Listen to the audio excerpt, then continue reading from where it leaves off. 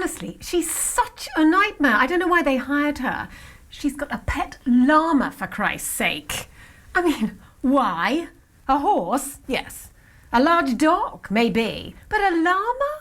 It's ridiculous. It's so annoying when one girl ruins it for everyone, isn't it? Quite. And llamas aren't even real anyway, so I don't know who she's kidding.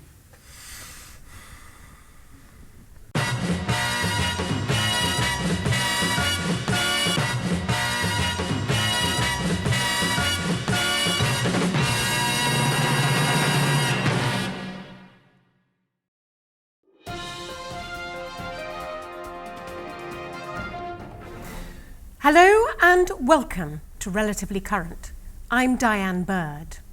On today's show, Herbert McCarthy covers the general election. Is that today?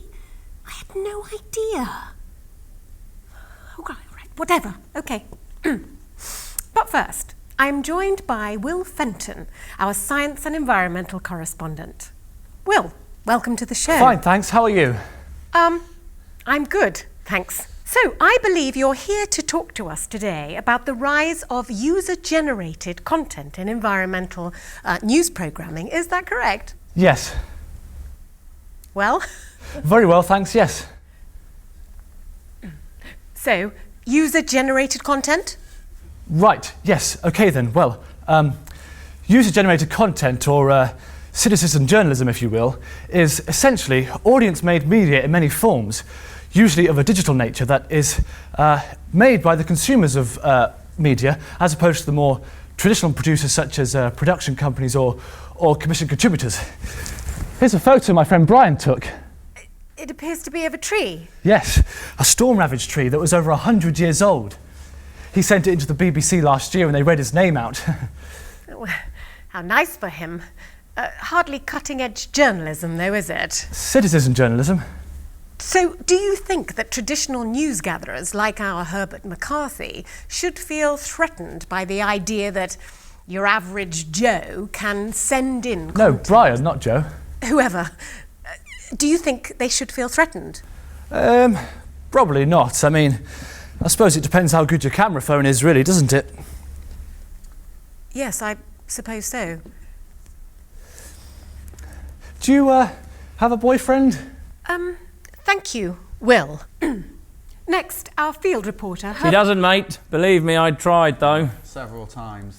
Herbert McCarthy. Here's one Brian took of me in front of the tree. I'm Herbert McCarthy. Obviously, if you must know what's going on in the world, just whatever. I'm here at the polling station in Fezworth because today is election day. An election for what? If you're asking yourself that, then shame on you, you should already know. I'm not here to spoon-feed you information. I will not be held accountable for the stupidity of this nation, nor will I take responsibility for its education. Got that?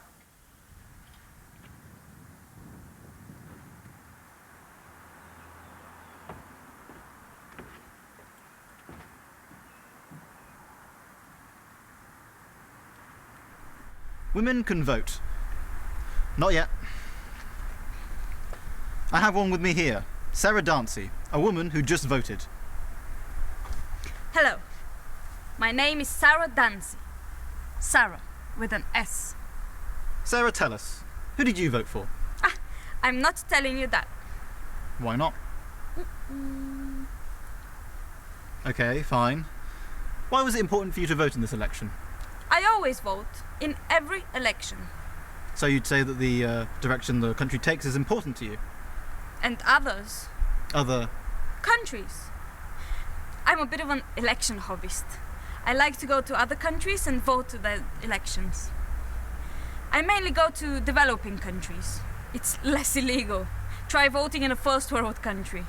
Big hassle. Except for France. They just don't know what they're doing. Okay, when this interview is over, I'm going to call the police. Fracking. Pardon? That's why this election is important.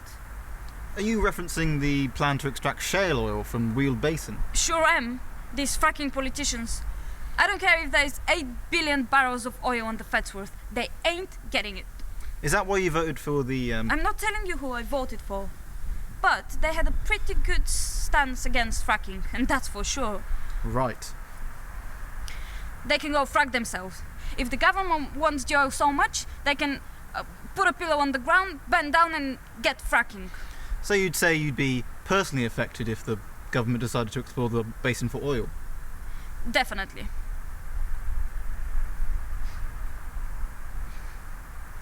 Because... I live right and work right in the middle of one of the areas the government has licensed for fracking. If my Fez shop gets damaged, I'll go fracking. Okay, look, it seems like you're trying to use the word fracking to get away with swearing here. This is a web show. You can swear all you want. Fuck.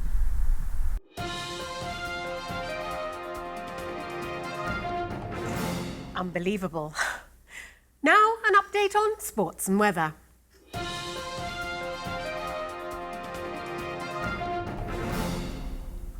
Sports later. But first, chocolate! Everyone hates chocolate, especially you. But that's about... Stop it! 2 seconds. Adrian, sport. That's not my last name. Change! Sadbury's are very proud to introduce their very own brown stuff. This is quite possibly the tastiest brown stuff I've ever had the pleasure of trying. Adrian, stop advertising. I was finished anyway. And now for the sport. There will be various sporting events happening over the upcoming year, unless of course those events aren't annual, in which case they'll be happening over the next 2 or 3 years. Back to you, Diane. No, weather? Oh, sorry, Brad. That's all right. Can I get one of those chocolate bars? Oh, yes, of course you can. Wow, that is brown. I know, brown's like my favourite colour of food. I like blue. Oh, I like blue too. Blue's my second favourite colour of food. Idiots! You mean us? Yes, do your job. I just did mine. Showcasing the sponsorship of some dubiously named chocolate bar does not count as work. Oh, we get it. You like food. We can all see that, but now is not the time.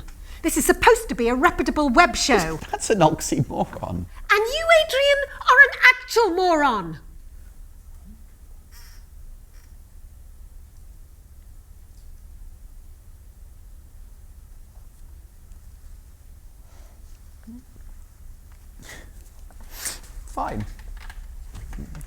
Fine, I'll do the sports.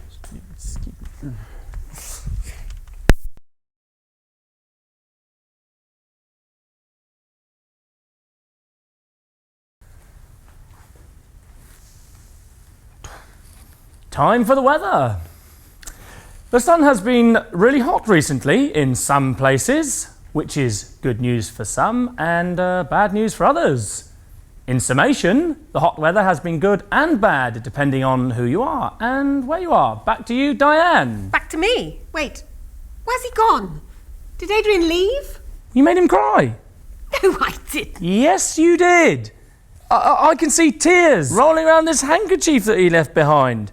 Not surprising, it won't absorb on the account of it being 2/3 grease and butter. There's no such thing as greasy tears. I think I know a little bit more about tears than you. Because you don't have emotions, on the account of you being a robot. Any more weather? No. The sun's still hot, and I'm out. Wonderful. That's all for today's show.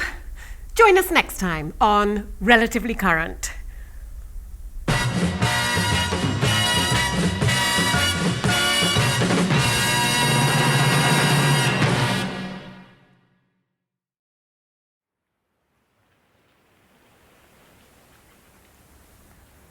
Umbrellas. There's no point advertising umbrellas. That's what people said to me with their words. But look at me. Look at how handsome I am. Exactly. With this face and this body, suddenly everything needs advertising. But I'm not selling everything. I'm selling umbrellas. So buy one of my umbrellas. Because like I said before, look at how handsome I am. Brad's umbrellas, keeping you dry so you can get wet later. With me, Brad.